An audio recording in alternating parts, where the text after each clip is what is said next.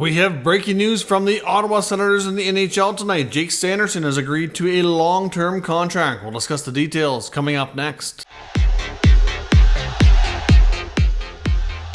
So welcome back to another video here at Top Shelf Hockey. As I mentioned, we have some important breaking news from the Ottawa Senators tonight. They've come to terms on a long-term extension with one of the top young defensemen in the NHL, Jake Sanderson. Sanderson was in the conversation for Rookie of the Year last year. Ended up making the All-Rookie team along with Owen Power as the two defensemen in that designation. Certainly had a bit of a breakout season, but I think it's fair to say he's far from hitting his season or his ceiling, on his potential. This kid, as a first full year player, defended extremely well. He skates like the wind. He moves the puck incredibly well. Great passer.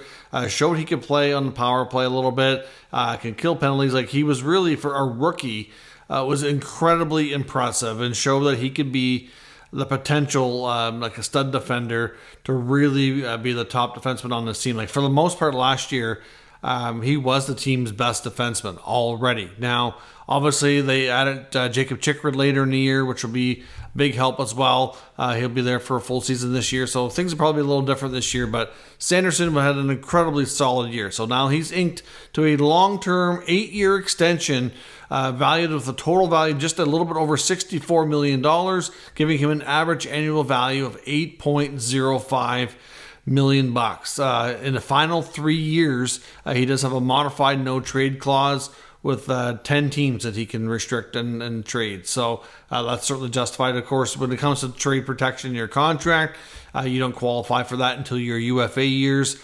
So that's why it's only in the final 3 years of the deal. So obviously this contract buys up a number of restricted free agent years with arbitration eligibility, as well as 3 UFA years. So again, I know for some people who may not follow the Sens as closely as me or may not have watched a ton of Sens games last year, you might think this is a big contract, might be a little bit too much. He's only played 77 NHL games. Of course, he signed out of North Dakota at the end of the previous season, played a handful of games, got a small sample size, which kind of led us to think he was going to be a breakout rookie, which indeed he was. And then, of course, was a big part of the Sens last year. But like I said, this kid is really the real deal. He's going to be a stud defender, and the price tag was only going to go up. If they would have waited and let him play out this season and dealt with him as an RFA next year, I really think he would have probably been able to demand even more money. They've been doing a good job with getting out ahead of their RFAs for the most part.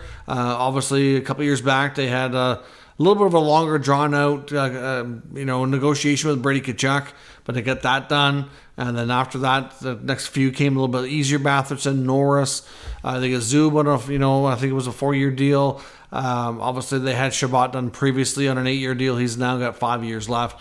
And then, of course, the Timmy Stützle negotiations seemed to go pretty smooth and pretty easy at the end of last offseason. So, I mean, at the end of the day here, like, they've got their core guys who are all very, young, exciting players around the NHL, locked up right around the $8 million mark or less. Jake Batherson's making under 5, 4.9, I think it is.